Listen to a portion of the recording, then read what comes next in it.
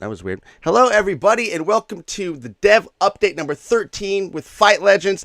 Dev, of course, we've got Dalen, Dizzley. As always, how you doing today, man? Really good. Yourself, man?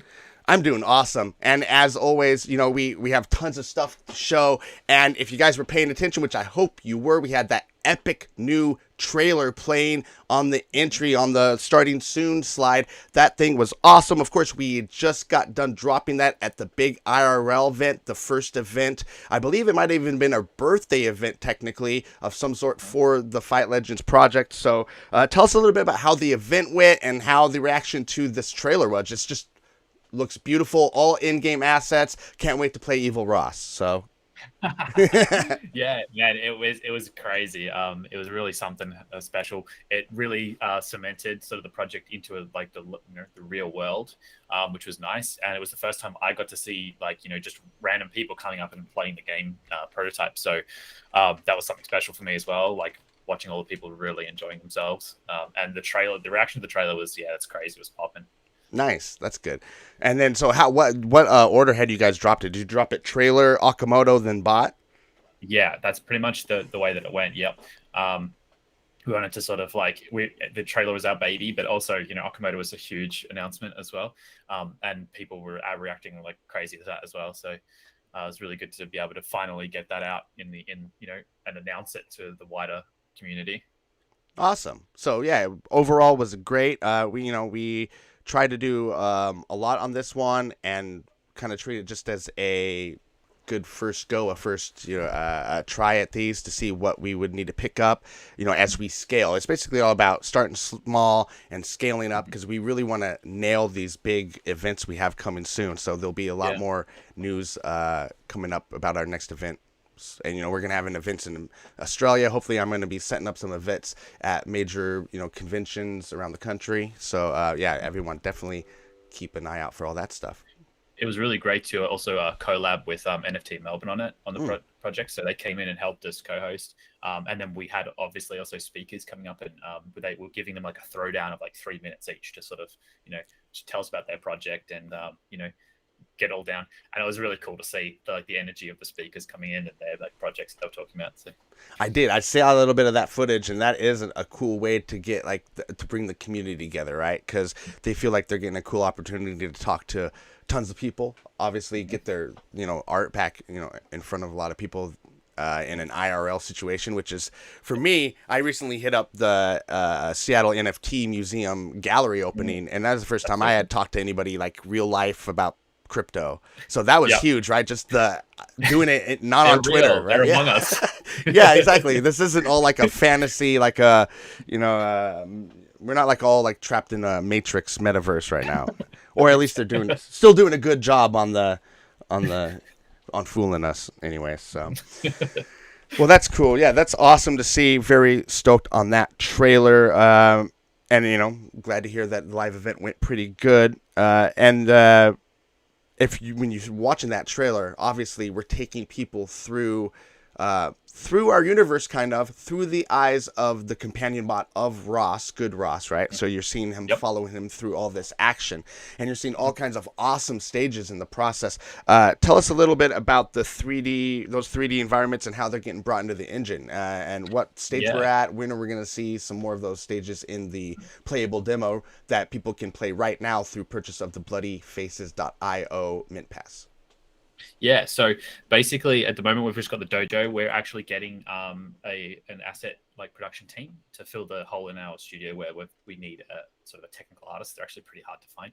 But Okay. what they're doing, and they've actually started this week, they're going to be going through and trying to get as close as possible to the concepts of the sort of direction for art. And basically just turn them into in-game assets that we can then implement in the engine. So they're doing that process for us. They'll be going through like a couple of week process of iterating and getting it sort of the process down pat, and then every few weeks we should have another stage implemented in the game to be able to play. Because right now, obviously, the stages that we're putting into the game from the concept art, and they're not optimized. So a lot of computers might be struggle with them if we don't bring down that poly count and set up the environment so that it's a nice uh, low and low end PCs will be able to run it just as well as high end PCs. Gotcha. Interesting. Okay. Well, that is definitely something we're looking, to ensure. That's why we're building in Unity, and all sorts of different, goals are towards that end, right? Having it be playable by anyone, anywhere. Yep. So that's always good to hear. And let's see. So, and is that's officially begun. We brought them on board, and that's going to start now. This week they've begun. We're supplying them with everything they need, and they're coming back with us with other requirements. What is the first stage they're working on?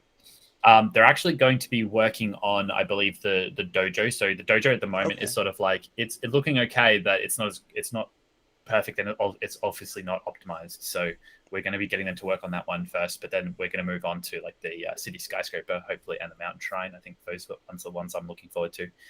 Working our way up through to like marketplace and then like arena and things like that. Okay, awesome. Well, that's going to be exciting to drop alpha on people as we get new news on that front. Next, we have an advisor drop. I'm sure everyone's heard. If you haven't, we're going to take a look at that video right now, and then we'll come back and talk about it. So let me hit that video. Well, that did not work. Why? All right, 1 second, guys.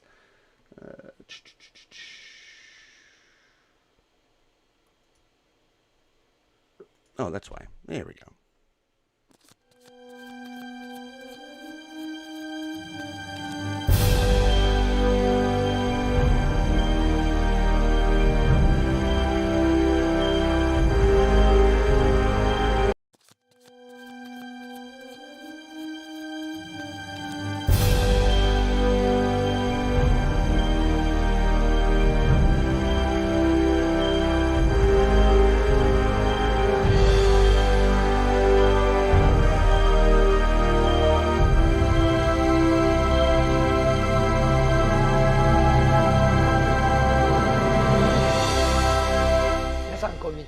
岡本良樹です。ストリートファイター、デビルメイクライ、バイオハザード、レッドデッドリボルバー、その他のたくさんのゲームタイトルで私が何らかの形で関わった作品をご存知かもしれません。そんな私はですね、最近ファイトレジェンズのゲーム開発チームの監修を任されました。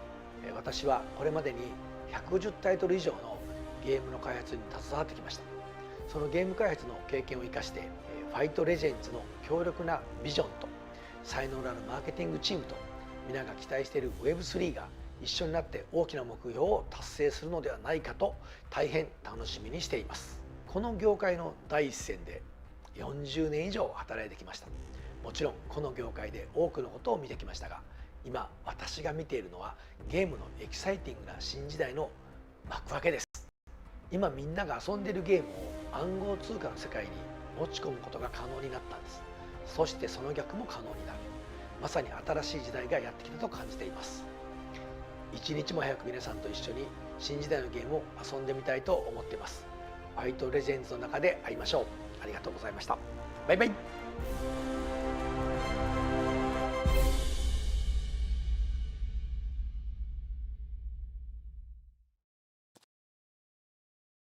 All right, we're back, and that is a huge announcement. That is going to send waves through GameFi, traditional gaming, and Web3 gaming. How was the reaction to that at the live event?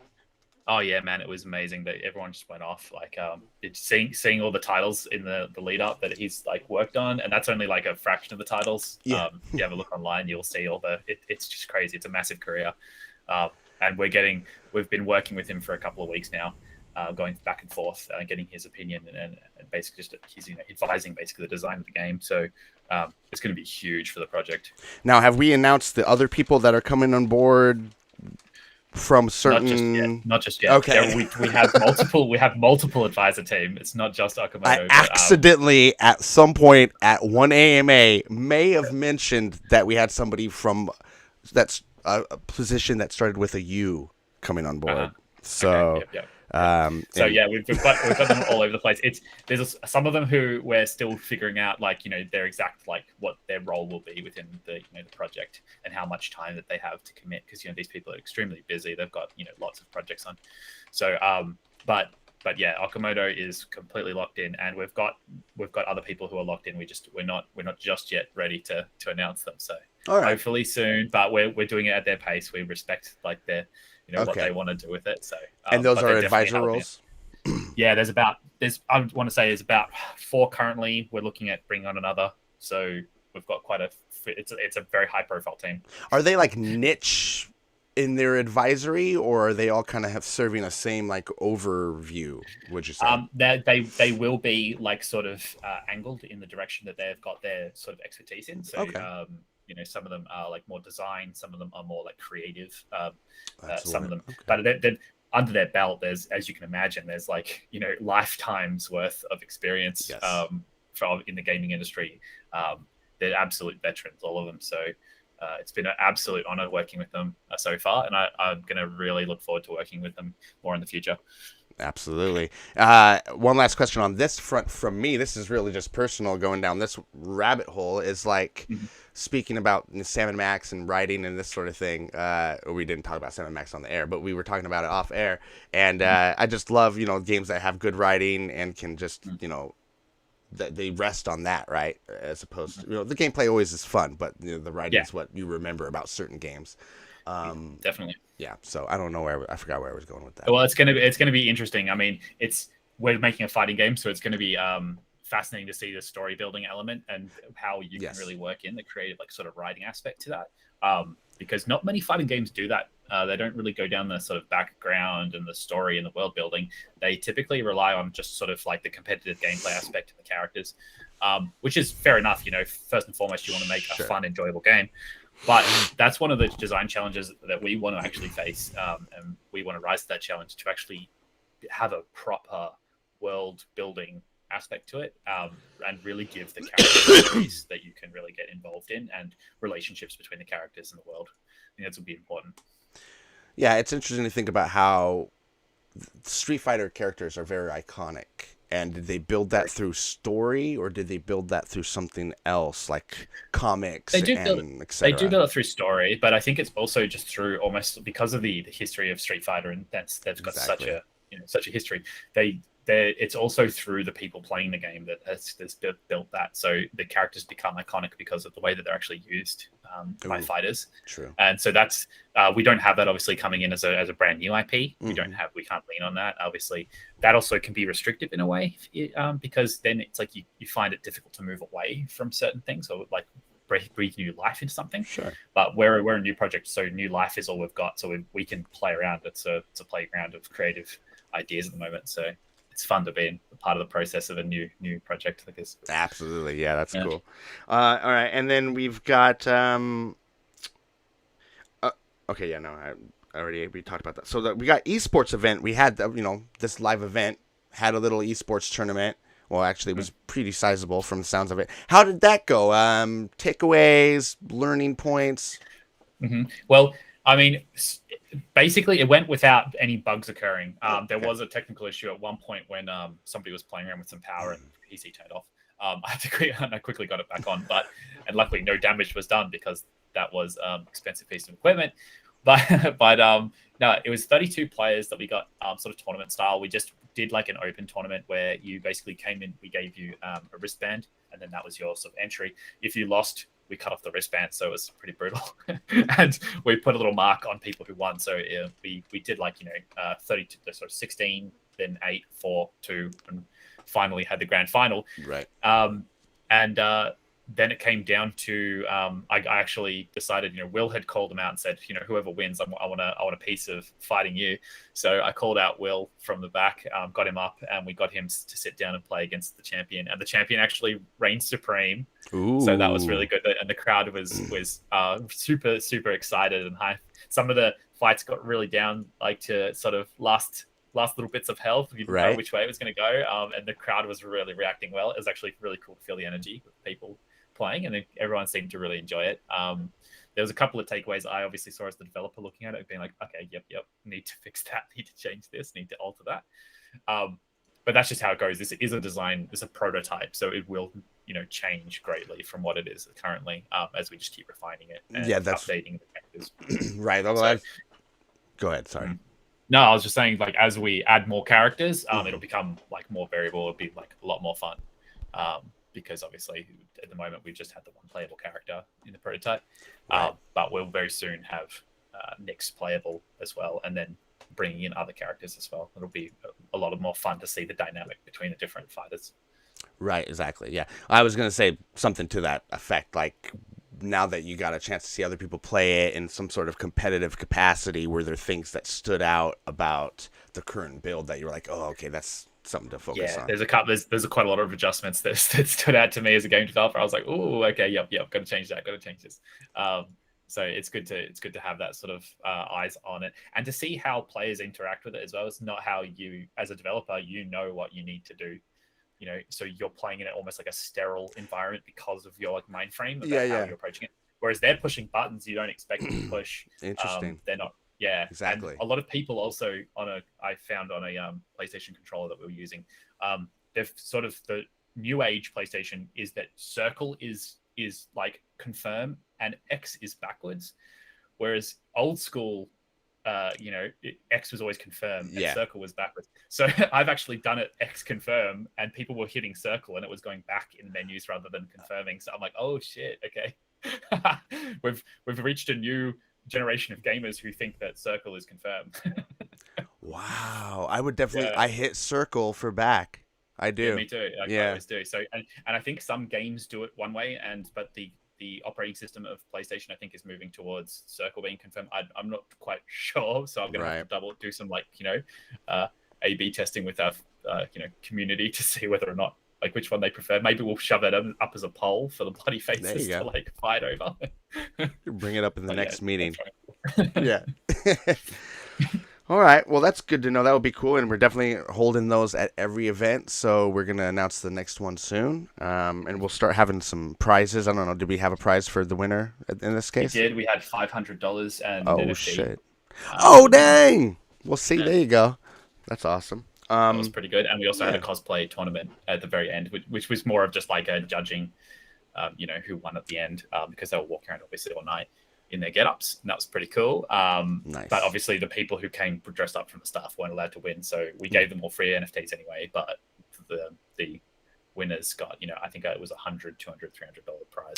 Ooh, you know what we should do? And I can get, if we don't have time for you guys to do it, I could get Smurf to help us do this, but we could create like an NFT for everyone who attends, like a ticket. Yeah, we were actually talking about that for our next event, that we want to have like, proof of attendance, but it could also like work within our ecosystem and give you benefits for, playing in game and stuff like that. So it'd be sort of a little bit of like an early backer, early supporter sort of style thing as well. But we're going to be looking into that definitely, 100%. Awesome. Cool. All right.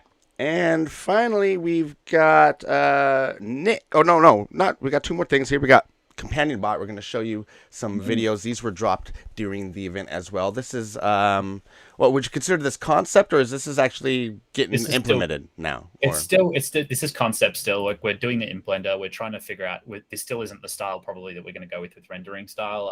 And we're just playing around with like what kind of traits we think will work with the bot, sort of theming it and trying to see where we go with it.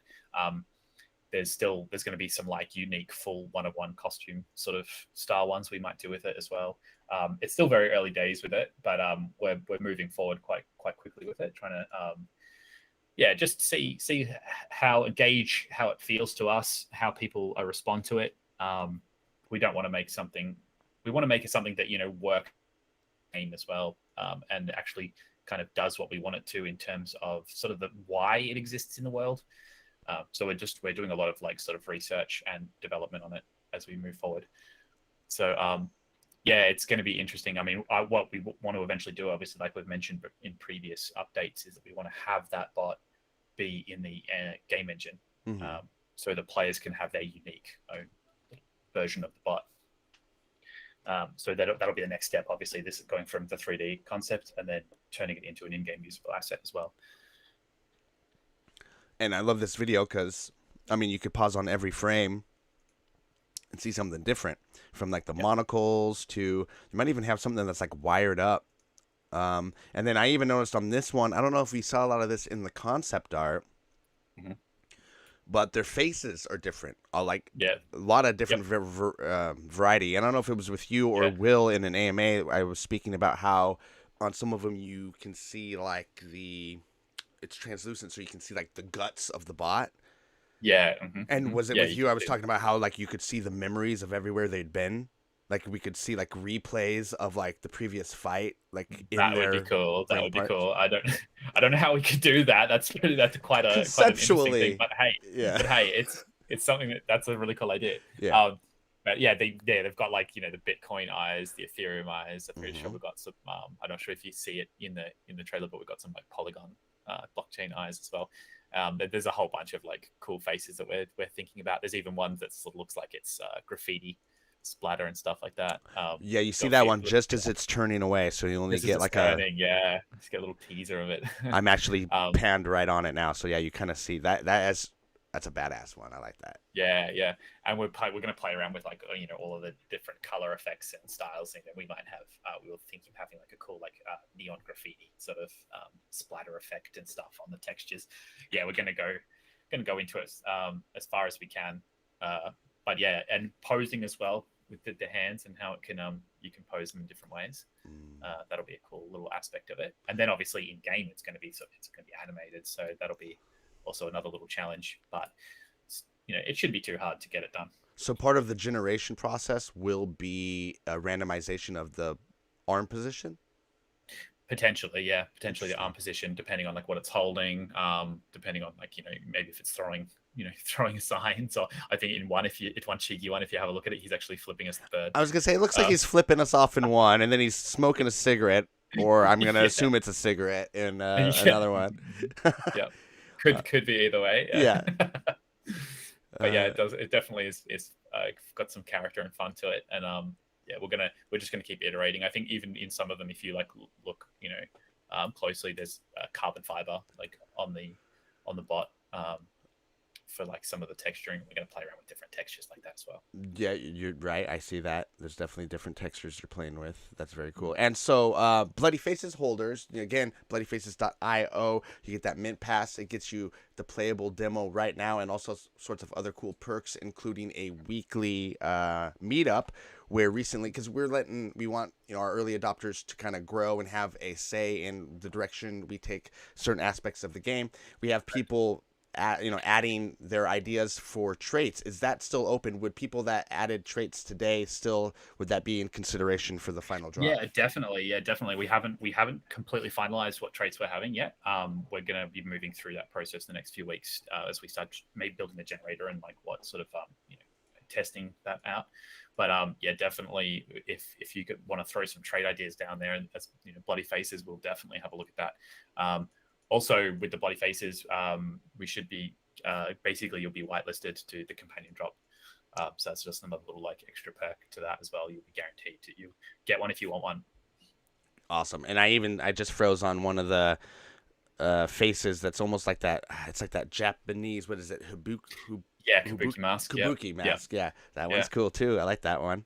Yeah, that was pretty sweet. Yeah, we're just gonna go with like an Oni/Kabuki style. So I'm really impressed with the artist and how she's drawn that. In my opinion, I like either ears or the antenna, but I don't like this combo antenna with the bat ear on the side. I think it needs to be one or the other. Yeah, that's what I was saying with originally. I was like, yeah, the antennas we got to start to like play around with what doesn't look quite right together, but sometimes that's almost a little bit of part of NFTs. Sometimes you get the one that looks a bit odd. that's but we want to try and minimize that oddity. Yeah, still make it comfortable and not conflicting. So that's a big part of Yeah. I come up with ideas randomly. We should do one that's like got the arrow through the head, like the comic arrow. Arrow through the head, yeah. That's something good. like That's that. a good one. I saw his pitchfork, and I'm like, what if he accidentally? And then I'm like, oh yeah, well you can do that, like comic, like the goof kind of. Yeah, it's fun. You can even make it look, I guess, like his the screen has been like slightly like cracked. Where it's yeah. Awesome. We can play around with that. Yeah, cool.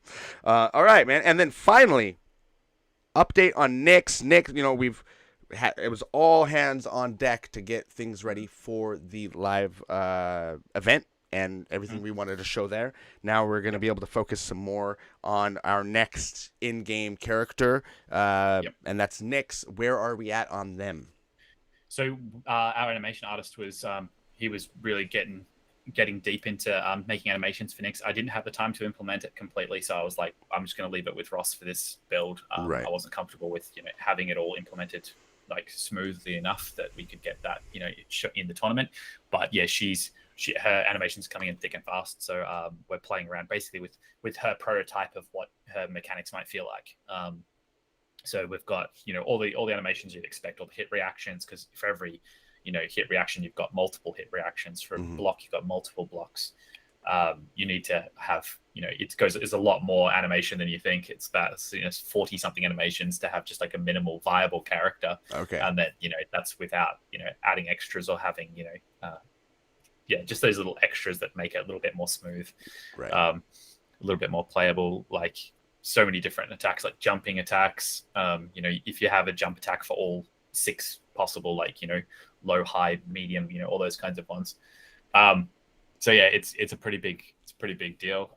We've got about, I think so far, about 11 or 12 of our animations, and the rest are going to be coming in pretty thick and fast, and then we just sort of go over and implement them and smooth them up and polish them. We work quite closely together to get that done. So yeah, hopefully we'll have sort of a playable version of her coming within the next week or two, pending if we can get those implemented the way we kind of want to, Nice. for the Bladeface holders to start playing around with. Awesome. So by like June, we're gonna have a pretty viable, because we got like Decentral Austin, and we'd have a pretty viable demo to show people and set up there by then. Yeah, that would be awesome if we could definitely have it by then. I was planning over the next couple of months to have multiple characters in the game playable, like at least 3. And we'll have at least a stage or 2 by then too. Yeah, and a stage or 2, exactly. Okay. So we'll have a lot more to be playing around with, and a lot more variants for the players. And we've also got just I know we weren't really going to be touching this on this episode, but we'll be having the new backend coming out pretty soon as well. So that'll be a new launcher, new database. People will have to remake their username logins because we're not able to bring it across from the old one. But luckily, there is no heavy data that we're storing yet, so it just checks your wallet anyway, and that's a separate process. So yeah, it'll have to be remade to be able to access the launcher, log in, download the new client, everything like that. But this will be like our forever server home now. We don't. This is a temporary solution going to a permanent one. Right. So no more changes like this should have to happen. Great. Yeah, I was definitely going to bring that up because I will let the community know when it's official, because we're still not there where they need to reach out and reset, right?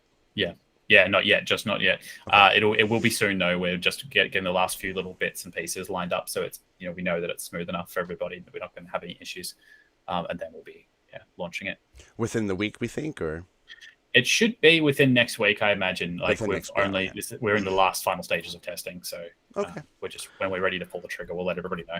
Awesome. And then definitely keen on getting back to at least playing with like a local PvP with Smurf on a GameFi update. So everyone definitely look forward to that. We're going to bring that back. All kinds of cool things going on for events around the world. So everyone, make sure you're subscribed and like this video. And make sure you follow us over on Twitter too, because we're dropping a lot of alpha there. Most important, especially if you want to know what's going on and get in on all the AMAs and all the events, get in our Discord. We're scheduling all the events out. We're having game nights there. Bloody Faces, get your Bloody Face, bloodyfaces.io. That's going to get you the super early alpha. It's going to get you to put input into the game. If you're an ideas guy, get in here, give us all your ideas for the bots, and we'll appreciate that. So again, thank you very much, Dizzley, for hanging out, and we'll see. It's always a pleasure. Yeah, absolutely, man. I'm pumped. I'm so pumped. This is gonna be good. We're gonna see you next week with a whole bunch more shit, and until then, we'll see you online and we'll see you in Discord. Good night.